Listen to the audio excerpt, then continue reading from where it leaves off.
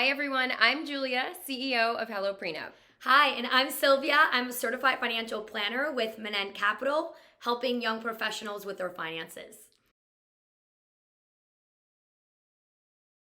When couples are creating a prenuptial agreement, I often recommend that they sit down and have an honest conversation about what they want their lives to look like. That is really important both from a relationship perspective and from a financial perspective. So, Sylvia, I'm curious what you think about that. Okay, it's extremely important that from the beginning, right, even when you're in your dating phase, like let alone engage, you should be having conversations about, do you want to retire early?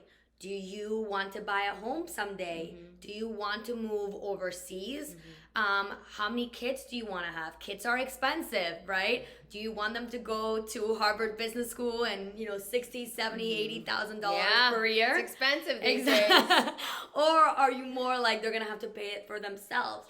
You talking about really what your life will look like is going to have an impact on the financial consequences that it is. For example, I've in my previous with previous clients, typically I'll have one client who wants to keep working because maybe they're a business owner, they love what they do, and the spouse wants to retire and early. So that's going to have an impact both two ways, right? The first way is you're going to have to be aggressively saving if you want one of the partners to retire early, number one.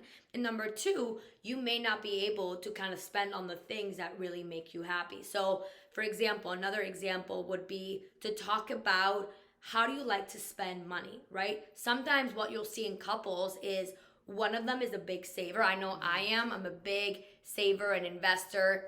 And sometimes, with other clients or partners, they typically like to aggressively spend money. And in my opinion, spending money on the new shampoo is not a very good way to manage it. So I think you need to really discuss what makes you happy, what do you like to do with that money, right? Travel is extremely important to me. Family is important to me. That's where I spend my money. So if my partner likes to spend money on, cars and flashy things, that for me is going to cause issues in the future.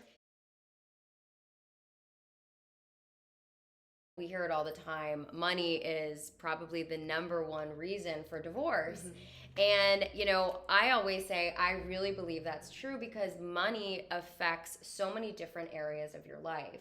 It affects, where you can send your kids to school, what neighborhood you get to live in. I don't think enough couples really sit down and have an honest conversation about what their perspectives on money are, and there's a lot of psychology behind money, right?